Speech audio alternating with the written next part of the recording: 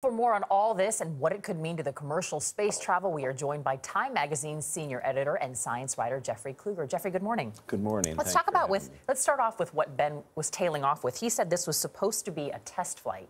What are the long-term repercussions, or really the short-term repercussions then, for just space travel? People thinking that this could be right around the corner. Well, this has been right around the corner for Branson every 6 months. We're always just half a year away from finally having these flights.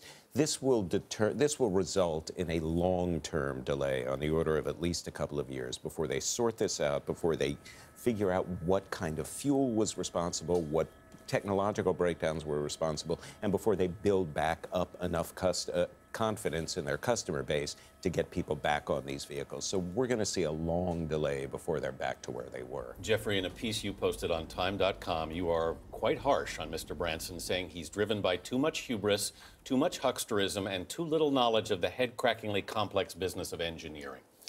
And I believe that. It's a little harsh, and there's been a bit of Twitter blowback on that phrasing.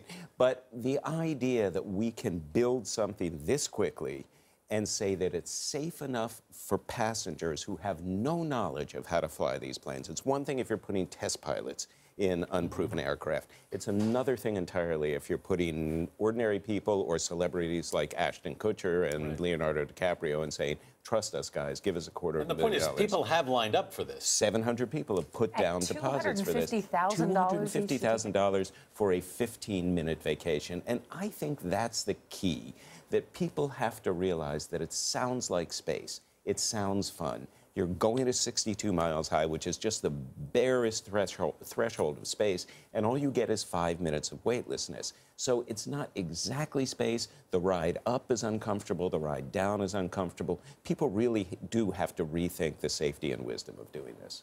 It was nice to see the solidarity, though, within the space community. We saw Elon Musk send a letter to the family, so at least there's been something nice in that. There has been something nice in that, and NASA weighed in as well with a very sympathetic statement. And the idea is this is a real fraternity and sorority of people doing something very dangerous and very daring. Right. And when somebody is lost, it's an industry-wide pain. All right, Jeffrey Kluger. Thank you, Jeffrey. Right.